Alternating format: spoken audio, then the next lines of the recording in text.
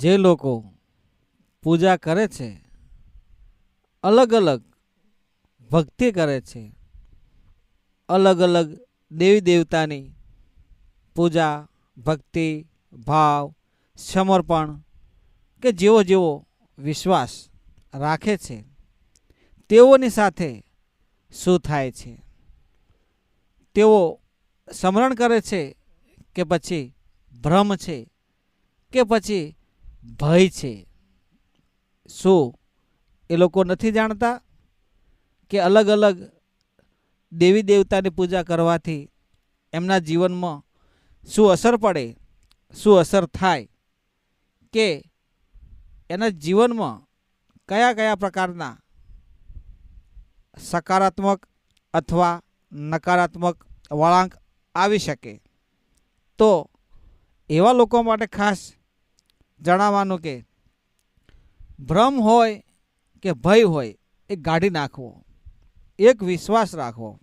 જેમ કે સમુદ્રની લહેરો તમને અલગ અલગ દેખાય છે, દરિયાની જે લહેરો આવતી હોય, તરંગો, એ અલગ અલગ દેખાય છે, પણ એ તરંગો, એ લહેરો એક જ પાણીની બનેલી હોય છે. જેમ સૂર્યના પ્રકાશના કિરણો અલગ અલગ દિશાઓમાં અલગ અલગ જગ્યાએ પડે છે, પણ મૂળ એ સૂર્યના કિરણોમાંથી જ નીકળે છે, સૂર્યમાંથી જ કિરણો નીકળે છે અને આખા વિશ્વમાં એનું અજવાળું પાથરે છે.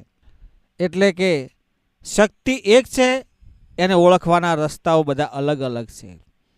ભગવાન માતાજી એક જ છે, પણ દરેકની ઓળખવાની શક્તિ અલગ અલગ હોય છે.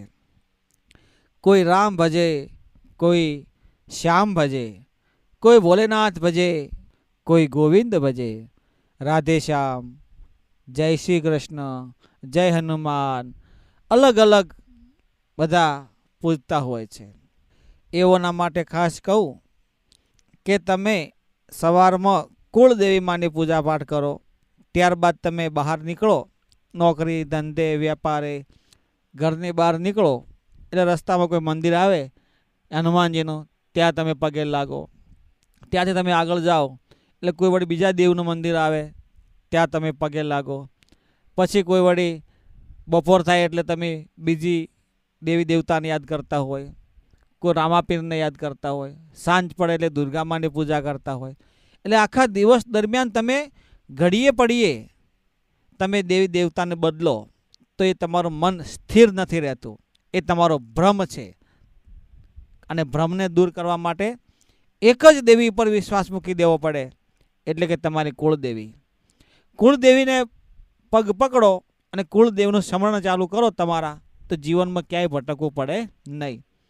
મિત્રો, અલગ અલગ દેવી દેવતાઓની પૂજા કરવાથી મન અસંતુલિત રહે, મન ભટકે, ધાર્યું કામ ના થાય, તમે જે કરવા માગતા હો એવું શુભ પરિણામ તમે ના પણ મેળવી શકો, ધંધામાં અસ્થિરતા રહે, તમે કોઈ પણ ક્ષેત્રમાં આગળ જવાની જગ્યાએ તમે પાછળ રહી જાઓ, કાર્ય ધાર્યું ના થાય, અને કોઈ પ્રશ્નો પડ્યા હોય તો એનો ઉકેલ પણ ન થાય.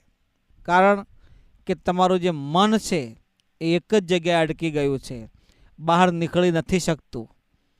તો એના માટે અલગ અલગ દેવીઓની પૂજા કરો કે ના કરો, પણ તમારો જે ભાવ છે એ પવિત્ર હોવો જોઈએ, શુદ્ધ હોવો જોઈએ.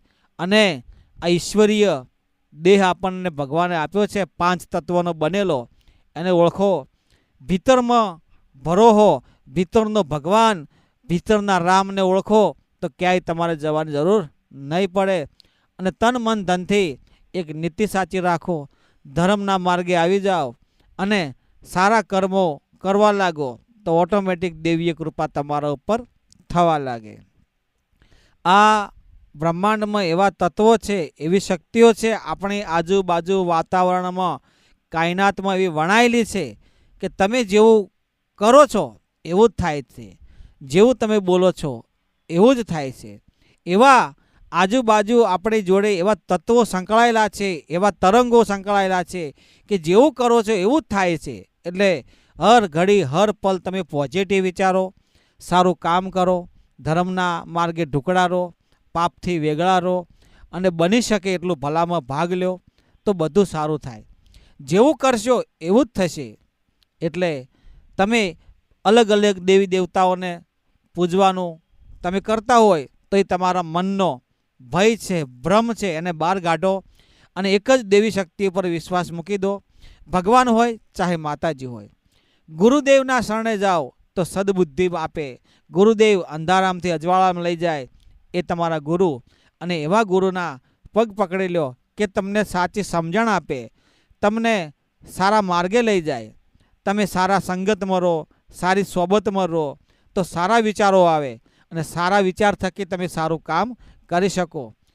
મનને શાંત રાખો, કોઈ પણ કામમાં ધીરજ રાખો તો તમારું મન શાંત થઈ ધીરજ રહી અને જે કંઈ મળે એમાં સંતોષ રાખો તો તમે કોઈ પણ માર્ગમાં તમને કોઈ બાધા નહીં નડે અને ક્યારેય પણ જીવનમાં દુઃખ નહીં આવે. સંતોષ રાખશો તો શાંતિ આવશે અને શાંતિથી જ સુખ થશે. એવું મા કુળદેવીમાં તમને ભગવતી સદબુદ્ધિ આપે, હેમખેમ રાખે. આ વિડીયો તમે કયા ગામ, તાલુકા, જિલ્લા, શહેરમાંથી જુઓ છો તે મિત્રો કોમેન્ટમાં લખજો એવી હું આશા રાખું છું.